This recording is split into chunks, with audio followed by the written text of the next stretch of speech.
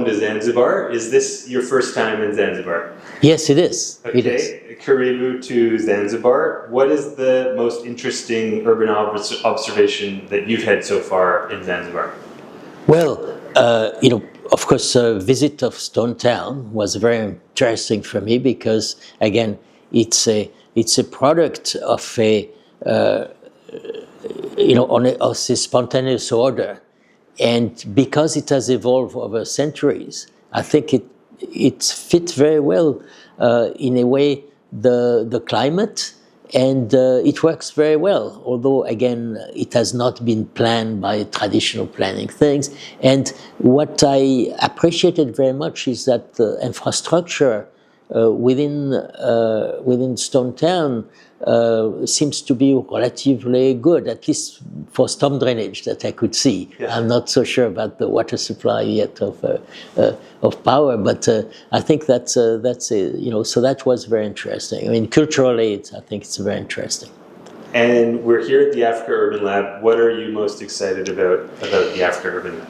Well, what I find interesting is that it reaches across border, and it's specialized in Africa.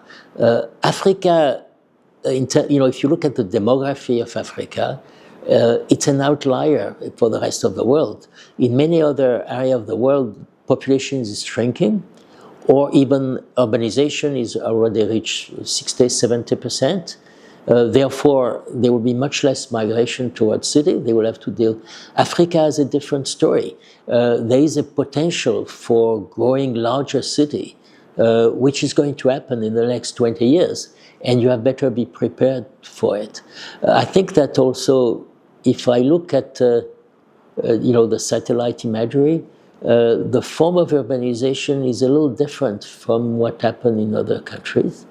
So I think it's very important to have a large number of researchers who are looking at urbanization in Africa, whether it's West Africa, Central Africa, or East Africa, and are concentrating on that because it's a different story. Mm.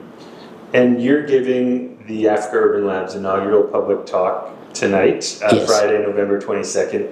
What one lesson about cities do you want people to take away from your talk?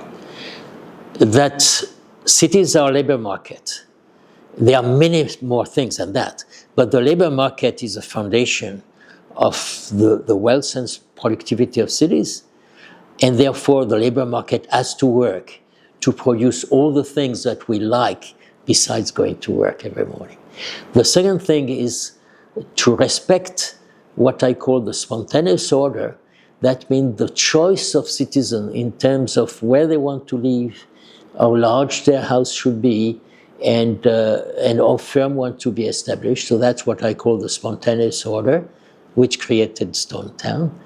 And then again, the top-down work of planners and municipalities to provide the infrastructure which will allow this spontaneous order to work. And this is top-down. You have to design sewer system, you have to design storm drainage system. This is engineering work. It's not spontaneous. You have to design it and finance it.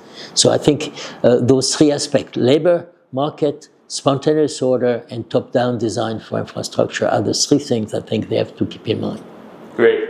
Well, Alain, we look forward to the talk tonight. Thank you so much for coming. Thank you for inviting me. Again, for me, it has been a way of learning new things just by coming here. It's a pleasure. Thank you so much.